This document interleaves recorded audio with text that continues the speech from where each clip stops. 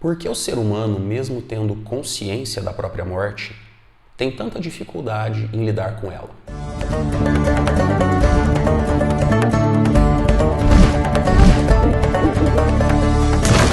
Caríssimos peripatéticos, sejam mais uma vez muito bem-vindos ao canal Missionário, o canal mais catilogente aqui do YouTube.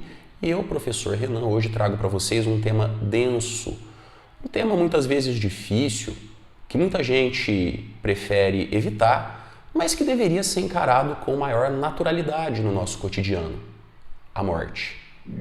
Até onde a ciência pôde comprovar, o ser humano é a única espécie animal que tem consciência da própria finitude, que tem consciência de que um dia vai morrer. E ainda assim, a morte sempre nos pega de surpresa. O fim da vida, seja da nossa própria vida ou de alguém que amamos, sempre representa para nós um grande choque, um grande baque. Existem muitas explicações para isso. Uma delas é dada pela psicanálise evolucionista, que é um ramo da psicologia que procura compreender o papel da psique humana no processo de desenvolvimento da nossa espécie. E segundo a psicanálise evolucionista, esse processo, que é chamado de dissociação, que é quando nós separamos as relações de causa e efeito, no caso da morte, por exemplo, nós dissociamos a morte da condição humana, estaria relacionada a uma estratégia de sobrevivência que a nossa espécie desenvolveu ao longo da nossa evolução. Ao nos esquecermos, ainda que de maneira superficial, de que um dia nós vamos morrer, nós conseguimos direcionar os nossos esforços na luta pela sobrevivência e da sobrevivência do nosso grupo. Afinal de contas, se o tempo todo nós fôssemos tomados pelo desespero da consciência da própria morte, a gente não conseguiria produzir mais nada e certamente a nossa espécie teria acabado. Portanto, teriam se sobressaído no processo evolutivo justamente aqueles indivíduos que foram capazes de sublimar, de dissociar a consciência da própria morte. Uma outra perspectiva interessante é aquela dada pelos estudiosos da religião.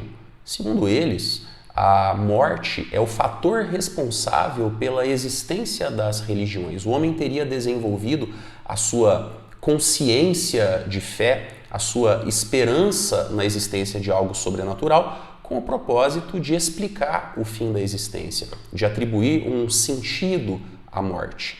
O fato é que, por mais que a morte seja uma realidade biológica para todos os seres vivos, inclusive para nós, ela ainda permanece um mistério. E por mais que a gente tente atribuir a ela um significado, seja racional, seja sobrenatural, ela permanece um tabu.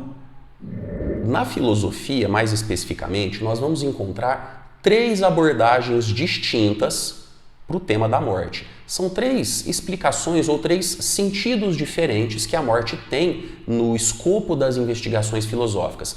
E é dessas 3 variáveis, desses 3 caminhos encontrados para explicar a morte que eu pretendo falar com vocês nesse vídeo a partir de agora. A primeira dessas abordagens é a que entende a morte como o fim de um ciclo de vida. A morte seria o encerramento de tudo, seria o fim não só dos prazeres humanos, mas também das dores, dos sofrimentos, dos dilemas humanos. É, por exemplo, a perspectiva adotada pelos antigos epicuristas, filósofos da Grécia Antiga, dos quais eu já tratei aqui no canal. É a abordagem adotada por Arthur Schopenhauer, filósofo alemão do início do século XIX, e é também a perspectiva encarada pelos taoístas. O taoísmo é uma corrente filosófica oriental muito ligada a um entendimento religioso da realidade. Interessante que nessa perspectiva a morte é encarada como algo positivo, porque afinal de contas, através da morte, os problemas, as dores que são próprias da condição humana chegariam ao fim. A morte seria, portanto, o descanso eterno. Há uma segunda abordagem que é exatamente o oposto dessa primeira, que afirma a morte como o início de uma nova vida, de uma verdadeira vida. Então, nessa perspectiva, a vida terrena seria apenas um ponto de passagem, seria apenas um caminho inicial na direção de algo muito mais verdadeiro, de algo genuíno, essa vida no absoluto, essa vida na eternidade. A vida terrena seria uma preparação para a vida eterna. É, obviamente, a perspectiva adotada pelos filósofos cristãos e, em alguma medida, também pelos estoicos, né, os filósofos do estoicismo grego, do qual nós já tratamos aqui no canal também. Obviamente, essa abordagem da morte encara o fim da vida como algo bom, porque através da morte você conhece a verdade, você encara a verdade de frente, como alguns pensadores cristãos gostam de afirmar. Através da morte, então, você encara a face de Deus, você vive a verdadeira vida. Existe, por fim, uma terceira abordagem que encara a morte como uma possibilidade existencial. Então, nessa perspectiva, não faz sentido se preocupar com a existência ou não de uma vida após a morte. Isso é secundário, isso não tem importância nenhuma. Segundo essa corrente filosófica, que tem como principal representante o filósofo norte-americano contemporâneo Todd May, ainda relativamente jovem, é professor ativo, segundo essa perspectiva, a morte é o que nos leva a atribuir significado à vida terrena. É porque nós morremos que nós damos valor à vida. É porque nós morremos que nós desejamos produzir algo de útil, que nós desejamos aprender, que nós desejamos ensinar, que nós procuramos deixar um legado.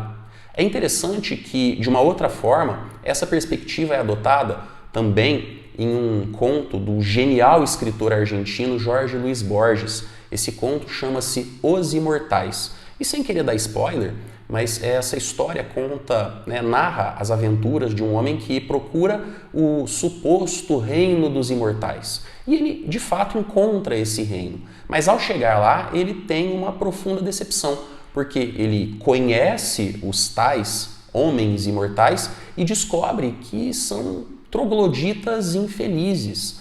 São homens preguiçosos, sujos, maltrapilhos, que não produzem nada de bom justamente porque não dão valor à vida. O fato de a vida ser eterna fez com que ela se tornasse cansativa para esses indivíduos. Então, essa perspectiva que encara a morte como uma possibilidade existencial levanta essa questão. A morte é importante como encerramento de um processo, não importando aqui, como eu disse, se há ou não alguma coisa depois dela. A morte é importante porque a existência da morte nos faz dar valor à vida terrena, nos faz transformar a vida terrena em algo bom, nos faz criar, por exemplo, a ética, a filosofia, as ciências, as artes. De todo modo, por mais que a gente tente atribuir um significado racional à morte, em qualquer uma dessas três abordagens que eu acabei de apresentar, ela continua sendo um tabu para a grande maioria das pessoas. E é curioso observar como as gerações passadas, especialmente até a Revolução Industrial, encaravam a morte com muito mais naturalidade. Porque até então a morte fazia parte do cotidiano das pessoas. O que aconteceu foi que com a Revolução Industrial e as descobertas científicas no campo da medicina, no campo da higiene, do saneamento básico, das vacinas, a expectativa de vida aumentou, a mortalidade infantil diminuiu e o homem criou uma convicção no progresso. E essa convicção no progresso, como disse o escritor russo Leon Tolstói, nos desacostumou da morte e fez com que a morte passasse a ser um tabu, fez com que a morte passasse a ser encarada como um mistério, algo que é tão natural, afinal de contas, faz parte da nossa existência, é o destino de todos nós. Inclusive, por isso mesmo, ela deveria ser tratada com muito maior naturalidade, sempre lembrando do bom e velho conselho do estoico Sêneca: apressa-te em viver bem e lembra-te que cada dia é por si só uma vida. Mas e você que acabou de me assistir? Como você encara a morte? O que a morte significa de verdade para você? Se você gostou desse vídeo, curta, compartilhe com seus amigos, se inscreva no canal caso não tenha se inscrito ainda e me ajude a divulgar a minha missão, que está só começando.